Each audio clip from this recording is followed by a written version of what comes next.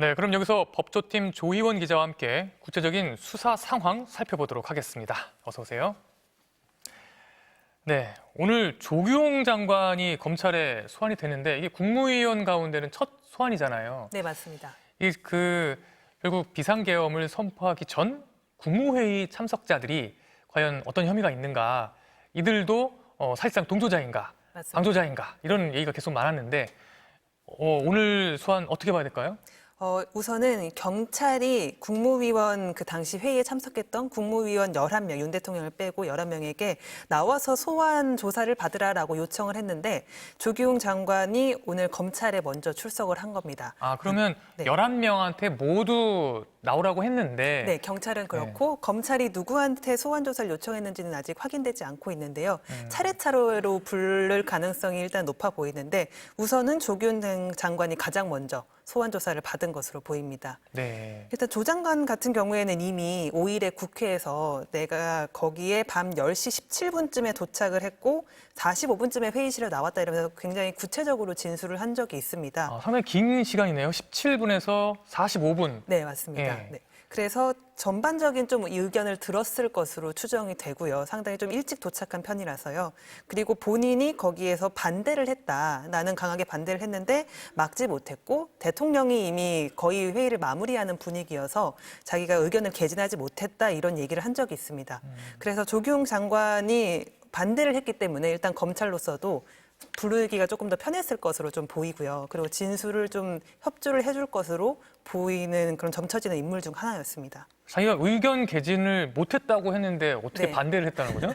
그 부분이 조금 네. 엇갈리는 부분이어서 네. 검찰 수사에서도 아마 이것을 물어보지 않을까라는 생각이 드는데요. 네. 한덕수 국무총리도 어제 국회 본회의에서 굉장히 우려를 많이 했다. 그리고 전원이 반대했다 이렇게 얘기를 했거든요. 근데 반대를 했는데도 막지를 못한 거잖아요. 그러니까 이 반대라는 게 구체적으로 어떤 식의 반대였는지, 어느 정도 강도의 반대였는지 이런 것들을 조금 물어볼 것으로 보입니다. 검찰에서는요. 이게 처음에 발생하고 나서 처음에 이상민 그 장관이 나왔을 때 거기서 몇 명이 찬성하고 몇 명이 반대했냐 이랬을 네. 때 뭐 한 두어 명 정도 맞습니다. 반대했다 이렇게 얘기를 했었잖아요. 네네네. 근데 사태가 이렇게 막 이제 이어지면서 이건 내란이다. 그러니까 국무위원 참석자들도 책임이 있다. 이러니까 지금 와서 너도 나도 나는 반대했다. 내가 반대했다. 다 이렇게 지금 얘기를 하고 있거든요. 다들 우려를 표했다 이런 얘기들을 하고 계시죠. 네. 근데 우려를 표한 것과 또 반대를 한 건 또 다르잖아요. 맞습니다. 근데 지금 이 조규용 장관은 본인은 반대했다고 밝힌 거고 네. 이거는 사실로 확인이 된 건가요? 아니면 그냥 자기 주장인 건가요? 일단은 자기 주장이고요. 이걸 사실 확인을 하려면 사실 회의록을 봐야 하는데요. 그 당시에 국무회의 회의록이 없다고 어제 대통령실에서 행안부에 회신을 했습니다. 그래서 그 당시에 회의록이 작성이 되어 있지 않은 상황이라서 사실상 검찰 수사에서 이제 한 명씩 불러서 진술 맞추기를 이제 해볼 것 같은데요. 누가 반대한 사람이 누구였는지 기억에 의존할 수밖에 없는 상황이어서 결국에는 이 당시 회의에 참석했던 모든 전원을 부르지 않을까 그래 점쳐지고 있습니다. 아, 그럼 이 11명이 각자 어떻게 다르게 말하는지. 네, 예. 내가 반대했다. 지금 다 그러고 있는 상황이잖아요. 맞습니다. 근데 지금 11명이 어쩌면 다 나가기 전에 입을 맞추고 우리 다 반대했어. 우리 다 반대한 걸로 하자. 이런 식으로 얘기를 할 수도 있는 거 아닌가요? 그럴 가능성도 있어 보입니다. 그래서 네. 사실 수사의 속도가 중요해 보이는데요. 그래서 경찰도 전원에게 소환 요청을 한 거고 검찰도 통화를 해봤을 때 수사를 늦추지 않을 거다. 되는 대로 빨리 부를 거다라고 얘기를 하고 있는데요. 일단은 현직 장관들이기 때문에 당장 뭐 강제 수사를 할 수 있는 상황은 아닌 것으로 보여요. 그래서 의견을 물어서 일정을 조율해가지고 기다릴 수밖에 없는 상황이긴 합니다. 네. 이 지금 이제 대통령을 제외하고 지금 국민적인 그 관심이 상당히 높은 부분이 이 국무위원들에 대한 수사도 포함이 되잖아요. 근데 결국 이 국무위원들이 이제 그 계엄에 대해서 적극적으로 찬성하지는 않았어도 사실상 방조한 거 아니냐, 사실상 동참한 거 아니냐 이런 의혹들이 있는데 결국은 이 검찰 소환 조사에 나가서 뭐라고 얘기하는지 각자 말이 어떻게 엇갈리는지 이런 것들을 좀 살펴봐야 되겠네요. 맞습니다. 네. 그러면 또 다른 수사 소식을 좀 알아보죠. 수방사가 압수수색을 했네요. 네, 오늘 네. 오전에 검찰이 수도방위사령부를 처음으로 압수수색했는데요. 이 수도방위사령부가 3일 그 비상계엄 당시에 국회에 투입된 특수부대입니다. 그 당시에 투입됐던 특수부대가 총 인원은 280명이었는데요. 그 707 특임단 그리고 1 공수특전여단, 수방사 35 특수임무대대 이렇게 최정예 부대원들이 투입이 됐습니다. 그리고 수방사 시설은 어제 국회에서 증언이 나온 건데 체포한 정치인들을 구금하려 했던 그런 시설이 있는 곳입니다. 김대우 방첩사령부 수사단장이 어제 국회에서 한 말인데요. 이 수방사 벙커 네, 말씀하시는 B1 거죠? 벙커 안에 네. 구금할 수 있는 시설이 있는지 확인하라고 지시를 했다라고 얘기를 했는데 이 검찰 수사에서는 이제 압수수색을 하면서 실제로 그런 시설이 있는지 그리고 그 시설에 이런 확인을 한 적이 있는지 이런 것들을 아마 볼 것으로 보이고요.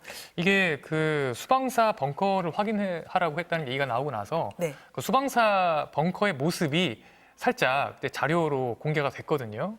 근데 그 모습이 보면 상당히 감옥 같은 그렇죠. 네, 예, 상당히 감옥 같은 맞습니다. 아주 이렇게 꽉 막혀 있는 이런 네, 공간이더라고요. 맞습니다. 이게 사실 벙커여서 유사시에 폭발이나 이런 걸 대비한 시설이어가지고 지하에 있는 시설로 추정이 아마 맞을 거고요. 그리고 상당히 말씀드린 것처럼 감옥 같은 시설이어가지고 그런 시설에서 누군가 정치인을 가두려고 했다면 상당히 큰 문제가 될 수 있는 부분이었을 것 같습니다. 결국은 만약에 국회에서 계엄 해제 요구안이 의결되지 못해서 정말로 국회의원들이 상당 부분 끌려갔다면, 그래서 정말 여야 대표를 포함해서 여러 정치인들이 끌려갔다면 이 벙커에 갇혔을 수 있다는 거잖아요. 맞습니다. 네, 결국은 이런 부분도 이 수방사 압수수색을 하면서 살펴보지 않았을까요? 그걸 확인하려고 압수수색을 하러 간 것으로 보입니다. 이거 말고도 좀 이 수방사에서 알아보고자 하는 그런 조사 관련 핵심 사항이라는 게 있을까요? 일단 이 수방사를 총 관리한 이진우 수방사령관에 대한 압수수색을 했다 이런 보도도 잠깐 나왔었는데요. 일단 특수본에서 공식적으로 확인은 해주지 않고 있습니다. 아직 확인은 안 된 거고요. 네, 맞습니다. 그래서 이진우 사령관을 이 어떤 지시를 수소방위사령부에 내렸는지를 이제 압수수색 강제 수사가 이루어져야 밝혀질 부분인 것 같고요. 그리고 실제로 거기에 있는 인원 얼마가 동원이 됐는지 그날 비상계엄에 그리고 각자가 어떤 지시를 받았는지 이런 것들이 지휘 체계에 대한 기록 같은 게 남아 있지 않을까 싶어서 압수수색을 하러 간 것으로 보입니다.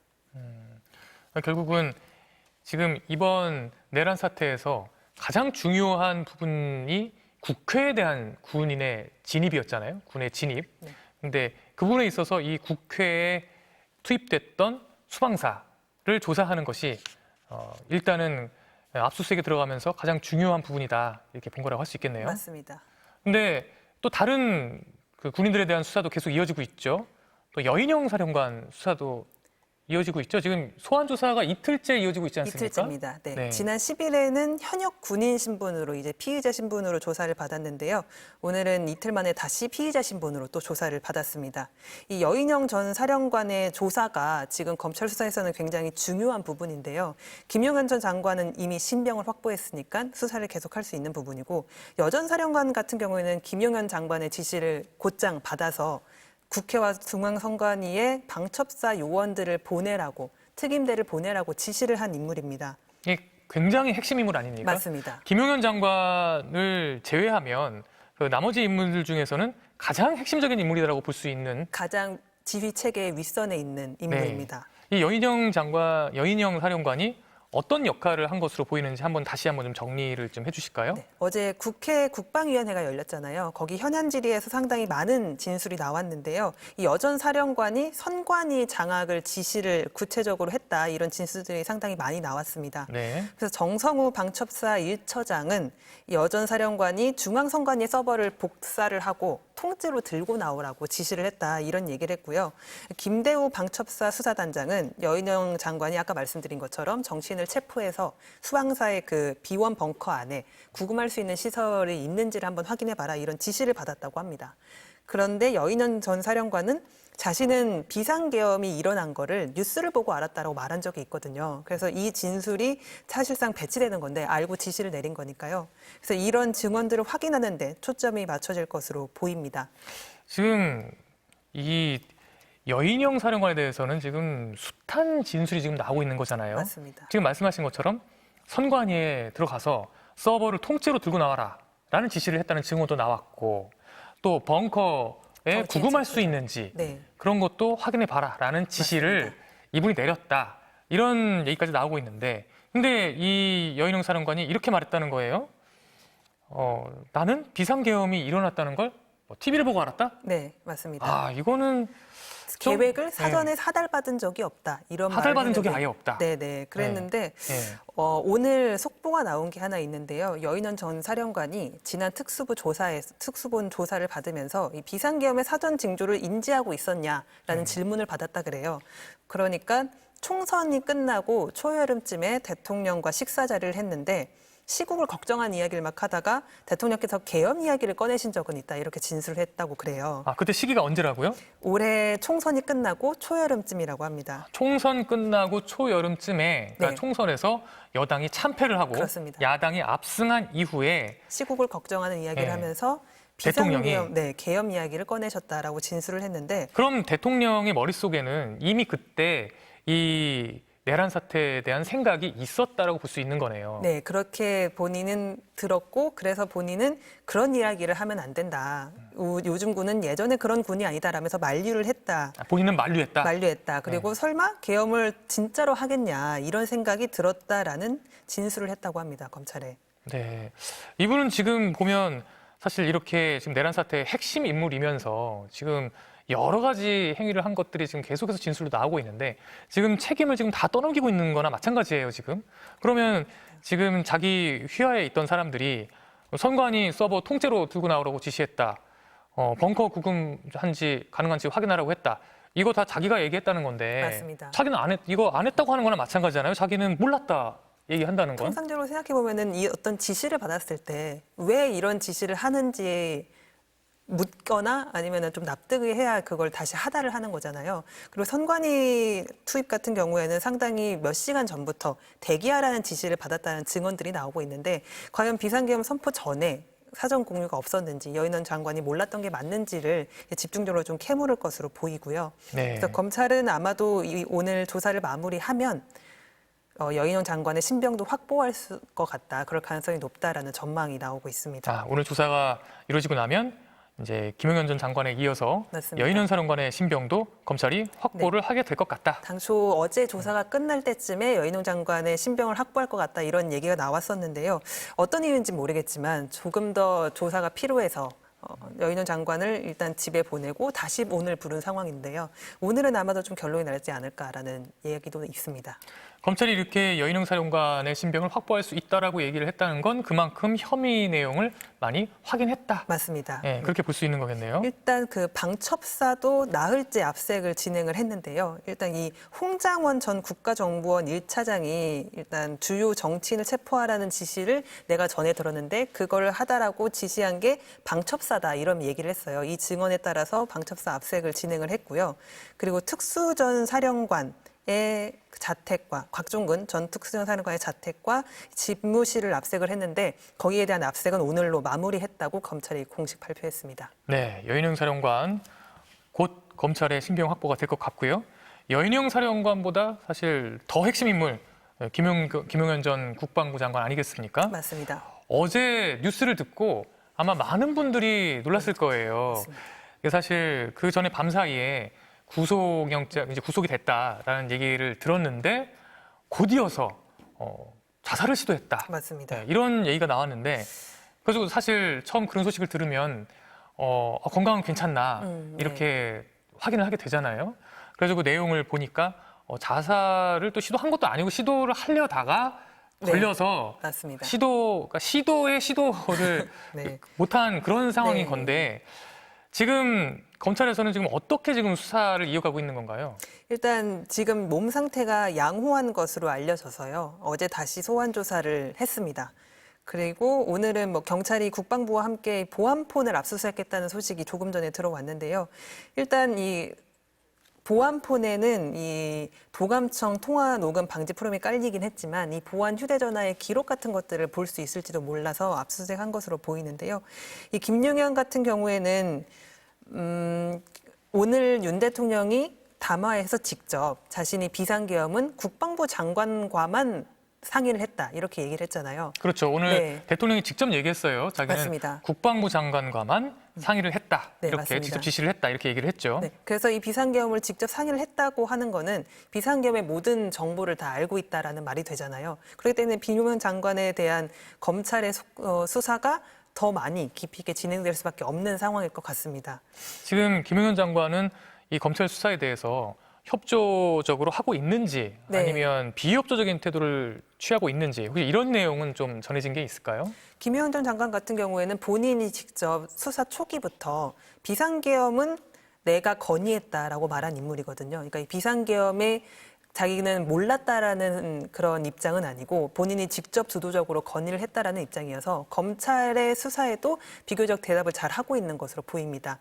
다만 이 윤 대통령을 보호하기 위해서 어떤 진술을 할지 모른다는 그런 얘기는 나오고 있는데요. 그리고 문 대통령이 오늘 담화문에서 말한 것처럼 어디까지 알고 있는지가 굉장히 중요한데 김용현이랑만 상의했다 이렇게 얘기했잖아요. 김용현 장관도 마찬가지로 나는 지시를 그냥 내린 거고 이 부하들은 죄가 없다. 얘네들 몰랐을 수 있다라고 진술한다면은 검찰 수사 확대가 조금 더 어려워질 수도 있는 상황이긴 합니다. 네, 이 계엄을 지시하는 건 대통령이 한 거고 이 내란 사태의 우두머리가 대통령이라는 건 이미 혐의에서 뭐 다 누구나 알 수 있는 그런 사실이기 때문에 사실 김용현 장관이 대통령을 보호하겠다고 한들 과연 얼마나 그 진술에서 보호할 수 있을까 그런 의문이 드는 게 사실이긴 합니다. 맞습니다. 근데 오늘 압수를 했다고요? 네, 비화폰을 압수수색한 것으로 보이는데요. 네. 일단 국방부는 또 김 전 장관의 국방부의 협조하에 비화폰 기기뿐만 아니라 서버 자료도 확보한 것으로 알려지고 있습니다. 서버라 하면 어떤 서버를 얘기하는 건가요? 국방부 내부 서버로 네. 일단은 지금은 확인이 되고 있고요. 네네. 수방사에 있는 그 여러 가지 기록들이 담긴 그런 서버로 보이는데요.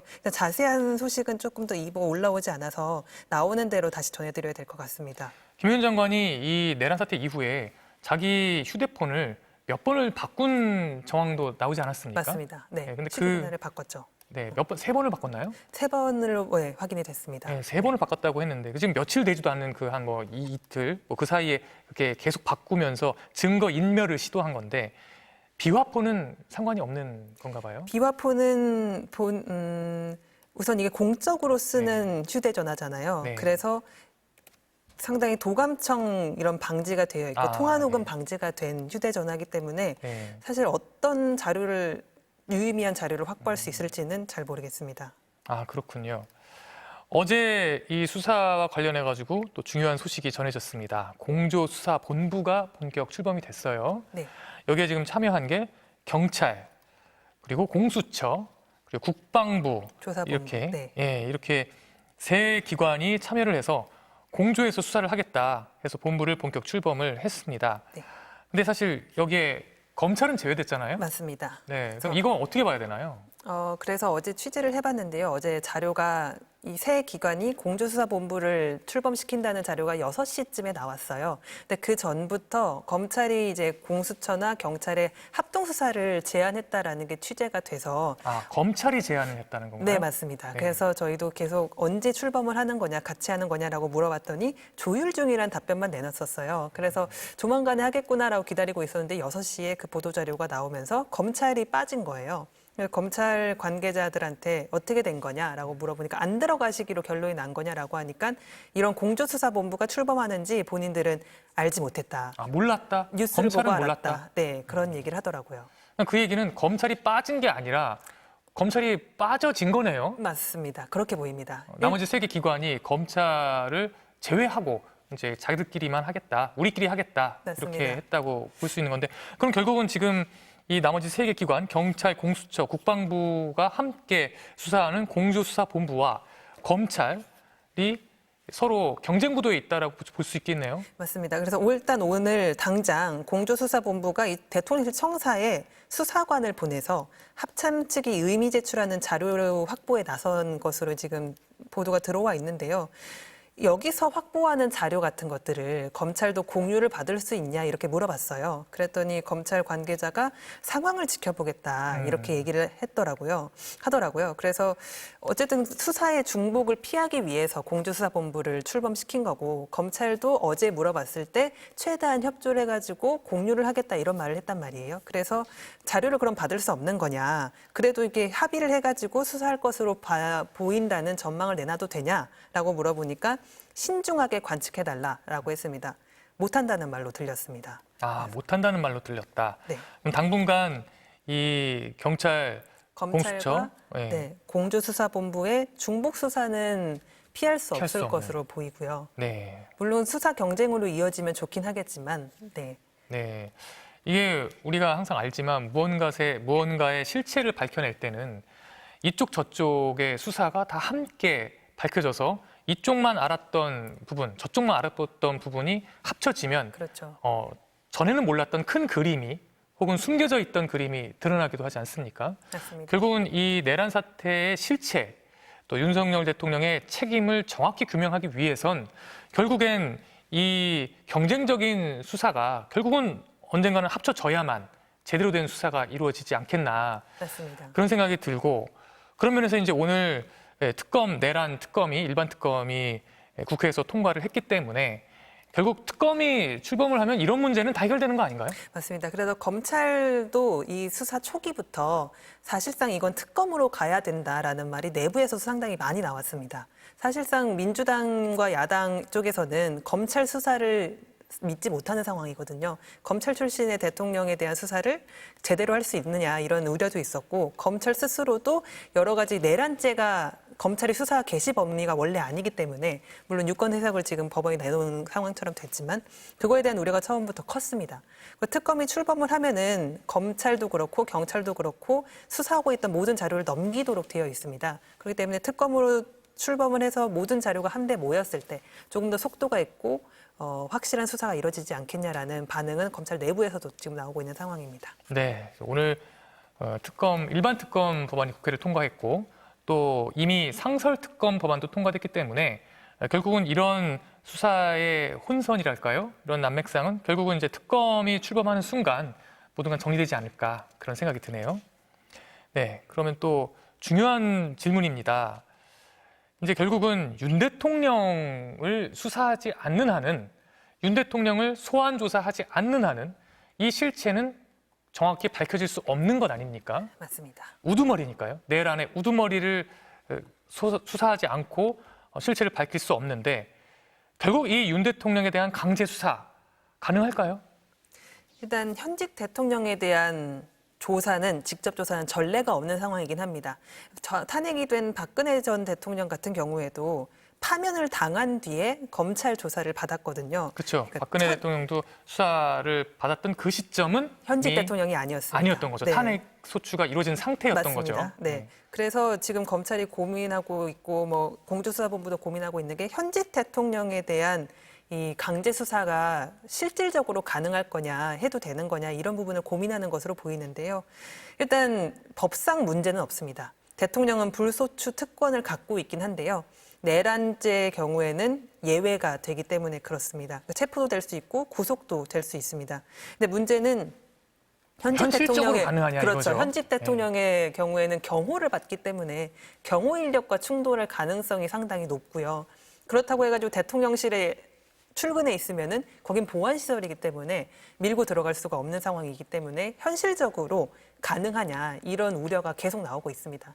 그래서 몇 달 전에도 김건희 여사만 하더라도 현직 영부인이라는 이유로 검찰청에서 소환 조사를 받지 않고 제3의 장소에서 이제 합의하에 조사가 진행이 됐잖아요. 윤석열 대통령 같은 경우에도 마찬가지일 거다라는 전망이 나오고 있는데 윤 대통령이 이 사건 초기에 피하지 않겠다라는 말씀을 하셨단 말이에요. 이 내란죄 혐의에 대해서 이런 사태에 대해서 당당하게 수사를 받겠다 법적 책임을 피하지 않겠다. 지겠다라고 말씀을 하셨기 때문에 제3의 장소나 혹은 서면 조사나 이런 조사를 요청할 경우에는 본인의 말을 시건하는 게 되지 않냐라는 비판에 직면할 것으로 보이긴 합니다.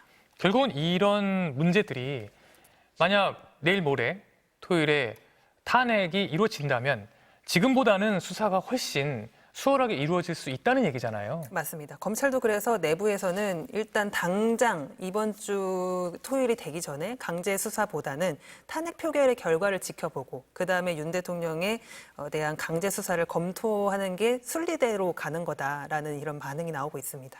네, 이 탄핵이라는 것이 대통령이 정치적 책임을 지는 것이지만 본인이 정말 법적 책임을 지겠다면 그리고 법적 책임을 묻겠다면 결국 이 탄핵이라는 절차는 매우 중요하다는 생각이 드네요. 네. 그래서 그런지 이제 윤 대통령이 변호인단을 구하고 있다. 이런 얘기도 지금 계속 나오고 있어요. 그래서 누구한테는 변호인단으로 참여해달라 제안도 이미 들어갔다. 뭐 거절했다. 뭐 이런 얘기가 나오고 있는데 어떻게 돼가고 있습니까? 일단 현재까지 확인된 사람은 김홍일 전 방송통신위원장입니다. 네. 사법연수원 15기인데요. 윤 대통령 선배죠. 네. 이 윤 대통령 변호인단에 합류하려고 소속되어 있던 그 법무법인에 사표를 낸 것으로 확인이 됐습니다.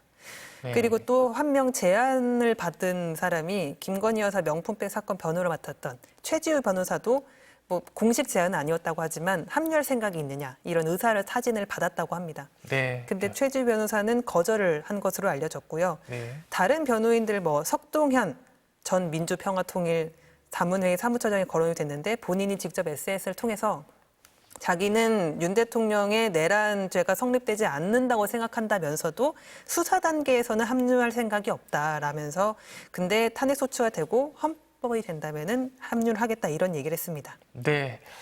과연 윤 대통령이 본격적으로 수사 국면에 들어간다면 과연 누가 변호인을 맡을지도 관심의 대상이 될 것 같습니다. 네, 잘 들었습니다. 수고하셨습니다.